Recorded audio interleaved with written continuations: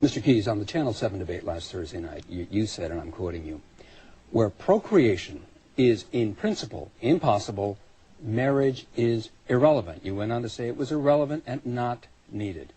What about marriage between people who are well beyond their childbearing age? Irrelevant, not needed? No, it's simply a misunderstanding.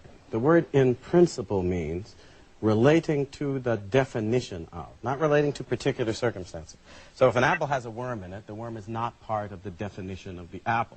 It doesn't change what the apple is in principle.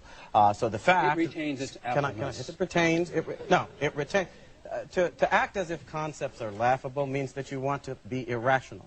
Human beings reason... You said it was irrelevant and not needed. Human beings reason by means of concepts and definition. We also make laws by means of definitions. And if you don't know how to operate with respect for those definitions, you can't make the law.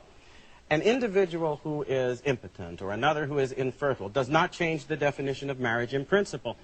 Because between a man and a woman, in principle, procreation is always possible. And it is that possibility which gave rise to the institution of marriage in the first place.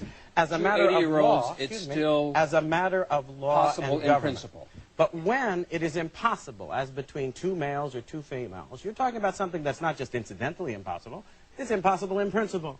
And that means that if you say that that's a marriage, you are saying marriage can be understood in principle apart from procreation. You have changed its definition in such a way as, in fact, to destroy the necessity for the institution.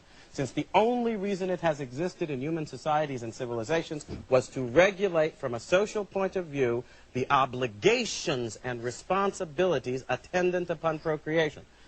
So when you start playing games in this way, you are actually acting as if the institution has no basis independent of your own arbitrary whim.